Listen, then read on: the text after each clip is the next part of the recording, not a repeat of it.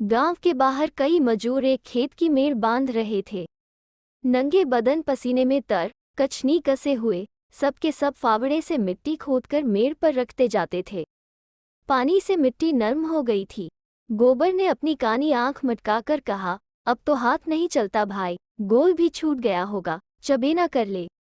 नीऊ ने हंसकर कहा, यह मेड़ तो पूरी कर लो फिर चबेना कर लेना, मैं तो तुमसे पहले आया। दोनों ने सिर पर झौवा उठाते हुए कहा, तुमने अपनी जवानी में जितनी घी खाया होगा नेऊ दादा, उतना तो अब हमें पानी भी नहीं मिलता। नेऊ छोटे डील का गठीला काला फुर्तीला आदमी था। उम्र 50 से ऊपर थी, मगर अच्छे अच्छे नौजवान उसके बराबर मेहनत न कर सकते थे। अभी 2-3 साल पहले तक कुश्ती लड़ना छोड़ दिया था। गोबर, तुमसे तमाकू पिए बिना कैसे रहा जाता है नेऊ दादा? यहाँ तो चाहे रोटी न मिले, लेकिन तमाकू के बिना नहीं रहा जाता। दीना, तो यहाँ से आकर रोटी बनाओगे दादा? बुढ़िया कुछ नहीं करती, हमसे तो दादा ऐसी मेहरिया से एक दिन न पटे। नेऊ के पिचके खिचड़ी मूंछ से ढके मुख पर हास्य की स्मित रेखा चमक उठी, जिसने उसकी कुरूपता को भी सुंदर बना दिया। बोला, जवानी तो उसी के साथ कटी है बेटा, अब उससे कोई काम नहीं होता। तो क्या करूं गोबर, तुमने उसे सिर चढ़ा रखा है, नहीं तो काम क्यों न करती?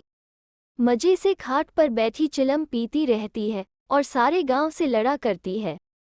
तुम बूढ़े हो गए, लेकिन वो तो अब भी जवान बनी है। दीना, जवान औरत उसकी क्या बराबरी करेगी? सेंदूर, टिकुली, काजल, मेहंदी में तो उसका मन बसाता है। बिना किनारदार रंगीन धोती के उसे कभी देखा ही नहीं, उस पर गहनों से भी जी नहीं भरता। तुम गऊ हो, इससे निबाह हो जाता है, नहीं तो अब तक गली गली ठोकरें खाती होती। गोबर, मुझे तो उसके बनाव सिंगार पर गुस्सा आता है। काम कुछ न करेगी, पर खाने पहनने को अच्छा ही चाहिए। नेऊ, तुम क्या जानो बेटा, जब वो आई थी तो मेरे घर 7 हल की खेती होती थी। रानी बनी बैठी रहती थी। जमाना बदल गया तो क्या हुआ, उसका मन तो वही है। घड़ी भर चूल्हे के सामने बैठ जाती है तो आंखें लाल हो जाती है और मुंह थामकर पड़ जाती है। मुझसे तो यह नहीं देखा जाता। इसी दिन रात के लिए तो आदमी शादी ब्याह करता है, और इसमें क्या रखा है? यहाँ से जाकर रोटी बनाऊंगा, पानी लाऊंगा, तब 2 कौर खाएगी। नहीं तो मुझे क्या था, तुम्हारी तरह 4 फनकी मारकर 1 लोटा पानी पी लेता। जब से बिटिया मर गई, तब से तो वो और भी लस्त हो गई। ये बड़ा भारी धक्का लगा। माँ की ममता हम तुम क्या समझेगे बेटा? पहले तो कभी कभी डांट भी देता था, अब किस मुंह से डांटूं? दीना, तुम कल पेड़ काहे को चढ़े थे, अभी गूल कौन पकी है? नेऊ, उस बकरी के लिए थोड़ी पत्ती तोड़ रहा था। बिटिया को दूध पिलाने को बकरी ली थी, अब बुढ़िया हो गई है, लेकिन थोड़ा दूध दे देती है। उसी का दूध और रोटी बुढ़िया का आधार है। घर पहुंचकर नेऊ ने लोटा और डोर उठाया और नहाने चला कि स्त्री ने खाट पर लेटे लेटे कहा, इतनी देर क्यों कर दिया करते हो? आदमी काम के पीछे प्राण थोड़े ही देता है। जब मजूरी सबके बराबर मिलती है तो क्यों काम के पीछे मरते हो? नेऊ का अंतःकरण एक माधुर्य से सराबोर हो गया। उसके आत्मसमर्पण से भरे हुए प्रेम में मैं की गंध भी तो नहीं थी। कितना स्नेह, और किसे उसके आराम की, उसके मरने जीने की चिंता है? फिर वो क्यों न अपनी बुधिया के लिए मरे? बोला, तू उन जन्म में कोई देवी रही होगी बुधिया, सच। अच्छा रहने दो ये चापलूसी। हमारे आगे अब कौन बैठा हुआ है जिसके लिए इतनी हाय हाय करते हो? नेऊ गज भर की छाती किए स्नान करने चला गया। लौटकर उसने मोटी मोटी रोटियां बनाई, आलू चूल्हे में डाल दिए, उनका भुर्ता बनाया, फिर बुधिया और वह दोनों साथ खाने बैठे। बुधिया, मेरी जात से तुम्हें कोई सुख न मिला। पड़े पड़े खाती हूँ और तुम्हें तंग करती हूँ, और इससे तो कहीं अच्छा था कि भगवान मुझे उठा लेते। भगवान आएंगे तो मैं कहूँगा पहले मुझे ले चलो, तब इस सूनी झोपड़ी में कौन रहेगा? तुम न रहोगे तो मेरी क्या दशा होगी? ये सोचकर मेरी आंखों में अंधेरा आ जाता है। मैंने कोई बड़ा पुण्य किया था कि तुम्हें पाया था, किसी और के साथ मेरा भला क्या निबाह होता? ऐसे मीठे संतोष के लिए नेऊ क्या नहीं कर डालना चाहता था। आलसिन, लोभिन, स्वार्थिन बुधिया अपनी जीभ पर केवल मिठास रखकर नेऊ को नचाती थी, जैसे कोई शिकारी कटिये में चारा लगाकर मछली को खिलाता है। पहले कौन मरे, इस विषय पर आज ये पहली ही बार बातचीत न हुई थी। इसके पहले भी कितनी ही बार यह प्रश्न उठा था और यूं ही छोड़ दिया गया था। लेकिन न जाने क्यों नेऊ ने अपनी डिग्री कर ली थी और उसे निश्चय था कि पहले मैं जाऊंगा। उसके पीछे भी बुधिया जब तक रह आराम से रहे, किसी के सामने हाथ न फैलाए, इसीलिए वह मरता रहता था जिससे हाथ में 4 पैसे जमा हो जाए। कठिन से कठिन काम जिसे कोई न कर सके, नेऊ करता। दिन भर फावड़े कुदाल का काम करने के बाद रात को वह ऊख के दिनों में किसी की ऊख पेरता या खेतों की रखवाली करता। लेकिन दिन निकलते जाते थे और जो कुछ कमाता था वह भी निकला जाता था। बुधिया के बगैर यह जीवन नहीं, इसकी वो कल्पना ही न कर सकता था। लेकिन आज की बातों ने नेऊ को सशंक कर दिया। जल में एक बूंद रंग की भांति यह शंका उसके मन में समाकर अतिरंजितम होने लगी। गांव में नेऊ को काम की कमी न थी, पर मजूरी तो वही मिलती थी जो अब तक मिलती आई थी। इस मंदी में वो मजूरी भी नहीं रह गई थी। एकाएक गांव में एक साधु कहीं से घूमते फिरते आ निकले और नेऊ के घर के सामने ही पीपल की छाह में उनकी धुनी जल गई। गांव वालों ने अपना धन्य भाग्य समझा। बाबाजी का सेवा सत्कार करने के लिए सभी जमा हो गए। कहीं से लकड़ी आ गई, कहीं से बिछाने को कंबल, कहीं से आटा दाल। नेऊ के पास क्या था? बाबाजी के लिए भोजन बनाने की सेवा उसने ली। चरस आ गई, दम लगने लगा। 2-3 दिन में ही बाबाजी की कीर्ति फैलने लगी। वो आत्मदर्शी है, भूत भविष्य की बात देते हैं। लोभ तो छू नहीं गया, पैसा हाथ से नहीं छूते और भोजन भी क्या करते हैं। 8 पहर में 1-2 बाटियां खा ली, लेकिन मुख दीपक की तरह दमक रहा है। कितनी मीठी बानी है। सरल हृदय नेऊ बाबाजी का सबसे बड़ा भक्त था। उस पर कहीं बाबाजी की दया हो गई तो पारस ही हो जाएगा, सारा दुख दलीदम मिट जाएगा। भक्तजन एक एक करके चले गए थे। खूब कड़ाके की ठंड पड़ रही थी। केवल नेऊ बैठा बाबाजी के पांव दबा रहा था। बाबाजी ने कहा, बच्चा, संसार माया है, इसमें क्यों फंसे हो? नेऊ ने नतमस्तक होकर कहा, अज्ञानी हूँ महाराज, क्या करूं? स्त्री है, उसे किस पर छोड़ूं?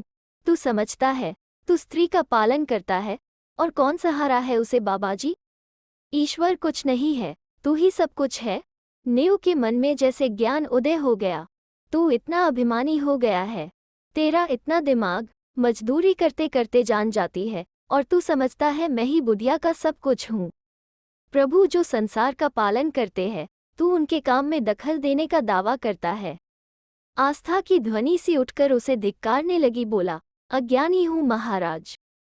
इससे ज्यादा वो और कुछ न कह सका। आंखों से दीन विषाद के आंसू गिरने लगे। बाबाजी ने तेजस्विता से कहा, देखना चाहता है ईश्वर का चमत्कार? वो चाहे तो क्षण भर में तुझे लखपति कर दे, क्षण भर में तेरी सारी चिंताएं हर ले। मैं उसका एक तुच्छ भक्त हूँ, काकविष्टा, लेकिन मुझे में भी इतनी शक्ति है कि तुझे पारस बना दूं। तू साफ दिल का, सच्चा ईमानदार आदमी है।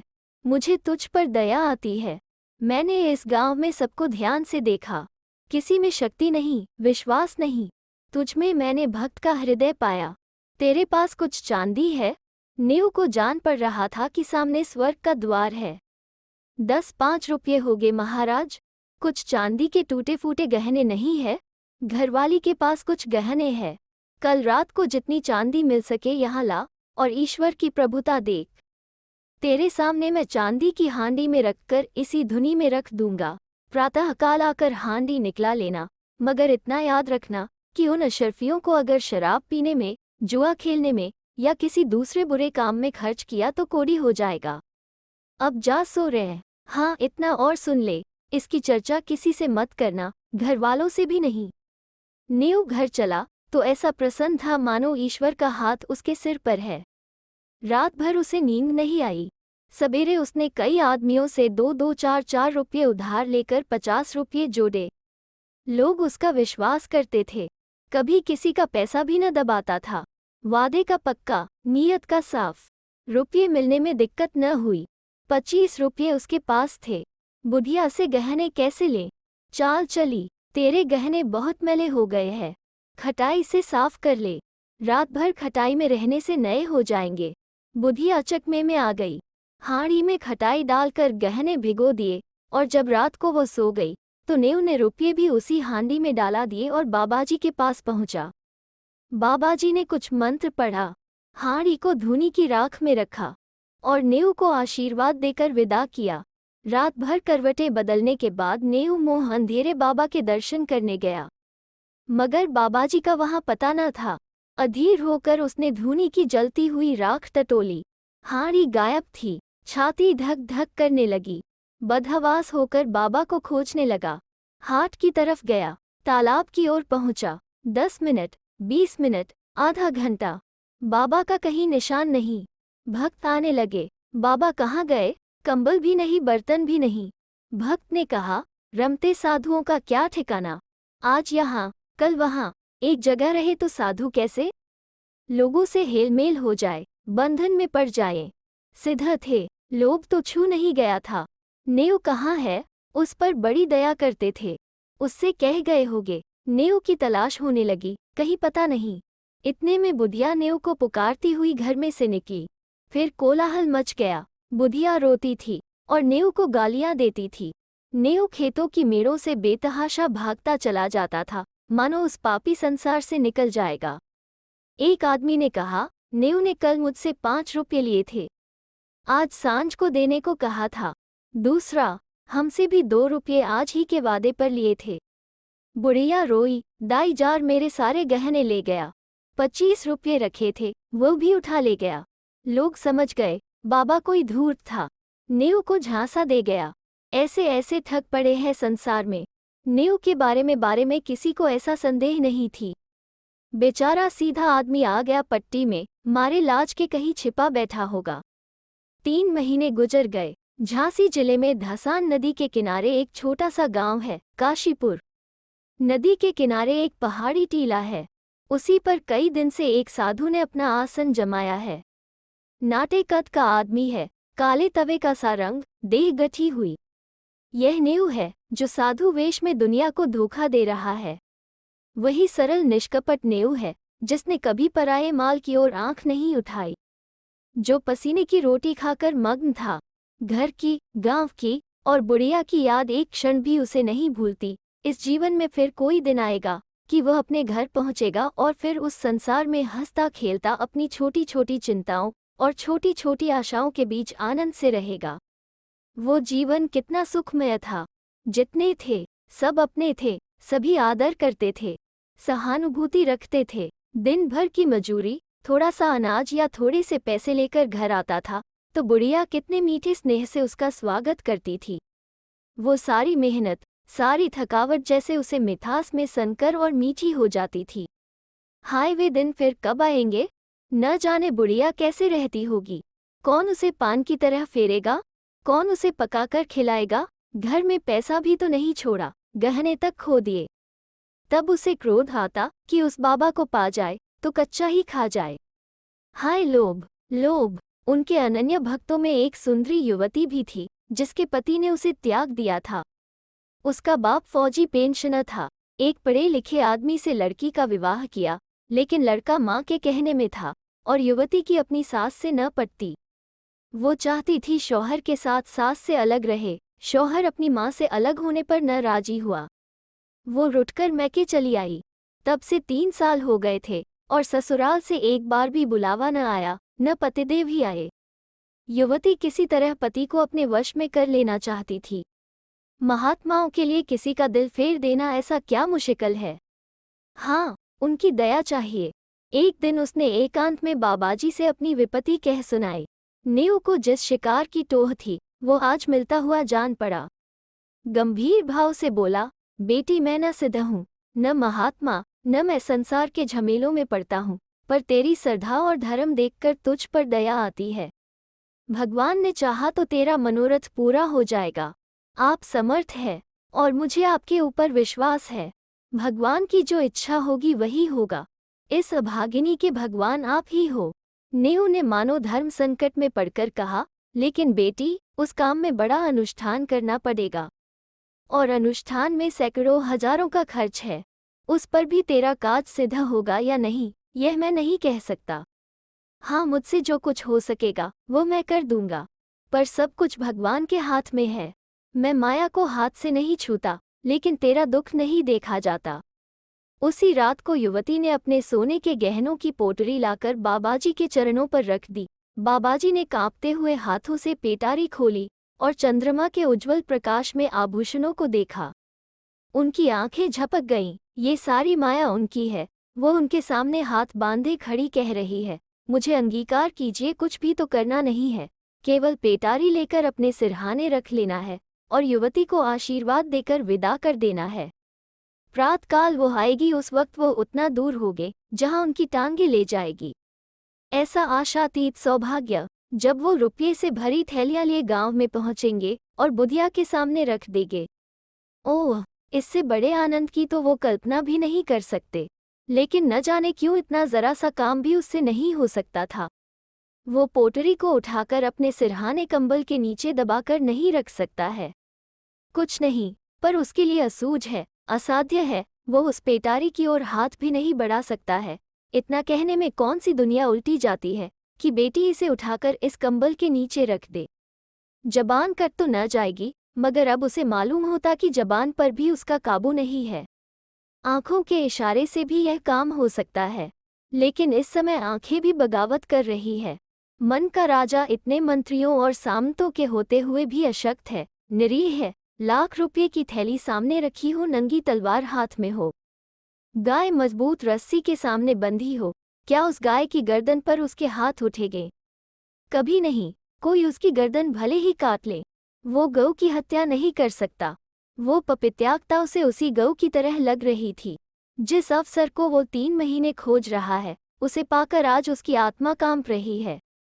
तृष्णा किसी वन्य जंतु की भांति अपने संस्कारों से आखेट प्रिय है, लेकिन जंजीरों से बंधे उसके नख गिर गए हैं और दांत कमजोर हो गए हैं। उसने रोते हुए कहा, बेटी पेटारी उठा ले जाओ, मैं तुम्हारी परीक्षा कर रहा था, मनोरथ पूरा हो जाएगा। चांद नदी के पार वृक्षों की गोद में विश्राम कर चुका था। नेऊ धीरे से उठा और धसान में स्नान करके एक ओर चल दिया। भभूत और तिलक से उसे घृणा हो रही थी। उसे आश्चर्य हो रहा था कि वो घर से निकला ही कैसे। थोड़े उपहास के भय से उसे अपने अंदर एक विचित्र उल्लास का अनुभव हो रहा था, मानो वो बेड़ियों से मुक्त हो गया हो, कोई बहुत बड़ी विजय प्राप्त की हो। 8वें दिन नेऊ गांव पहुंच गया। लड़कों ने दौड़कर उछल उसका स्वागत किया। एक लड़के ने कहा, काकी तो मर गई दादा। नेऊ के पांव जैसे बंध गए, मुंह के दोनों कोने नीचे झुक गए। दीन विषाद आंखों में चमक उठी, कुछ बोला नहीं, कुछ पूछा भी नहीं। पल भर जैसे निस्संज्ञ खड़ा रहा, फिर बड़ी तेजी से अपनी झोपड़ी की ओर चला। बालक वृंद भी उसके पीछे दौड़े, मगर उनकी शरारत और चंचलता भाग चली थी। झोपड़ी खुली पड़ी थी, बुधिया की चारपाई जहां की तहां थी। उसकी चिलम और नारियल ज्यों के ज्यों धरे हुए थे। एक कोने में 2-4 मिट्टी और पीतल के बर्तन पड़े हुए थे। लड़के बाहर ही खड़े रह गए। झोपड़ी के अंदर कैसे जाए, वहां बुढ़िया बैठी है। गांव में भगदड़ मच गई। नेऊ दादा आ गए। झोपड़ी के द्वार पर भीड़ लग गई। प्रश्नों का तांता बंध गया। तुम इतने दिनों कहाँ थे दादा? तुम्हारे जाने के बाद तीसरे ही दिन काकी चल बसी। रात दिन तुम्हें गालियां देती थी, मरते मरते तुम्हें गरियाती ही रही। तीसरे दिन आए तो मरी पड़ी थी। तुम इतने दिन कहाँ रहे? नेऊ ने कोई जवाब न दिया, केवल शून्य निराश करुण आहत नेत्रों से लोगों की ओर देखता रहा, मानो उसकी वाणी हर ली गई है। उस दिन से किसी ने उसे बोलते या रोते हंसते नहीं देखा। गांव से आध मील पर पक्की सड़क है, अच्छी आमदरफत है। नेऊ बड़े सवेरे जाकर सड़क के किनारे एक पेड़ के नीचे बैठ जाता है। किसी से कुछ मांगता नहीं, पर राहगीर कुछ न कुछ दे ही देते हैं। चबेना, अनाज, पैसे। संध्या समय वो अपनी झोपड़ी में आ जाता है, चिराग जलाता है, भोजन बनाता है, खाता है और उसी खाट पर पड़ा रहता है। उसके जीवन में जो एक संचालक शक्ति थी, वो लुप्त हो गई है। वो अब केवल जीवधारी है। कितनी गहरी मनोव्यथा है। गांव में प्लेग आया, लोग घर छोड़ छोड़कर भागने लगे। नेऊ को अब किसी की परवाह न थी। न किसी को उससे भय था, न प्रेम। सारा गांव भाग गया। नेऊ अपनी झोपड़ी से न निकला और आज भी वो उसी पेड़ के नीचे सड़क के किनारे उसी तरह मौन बैठा हुआ नजर आता है, निश्चेष्ट, निर्जीव।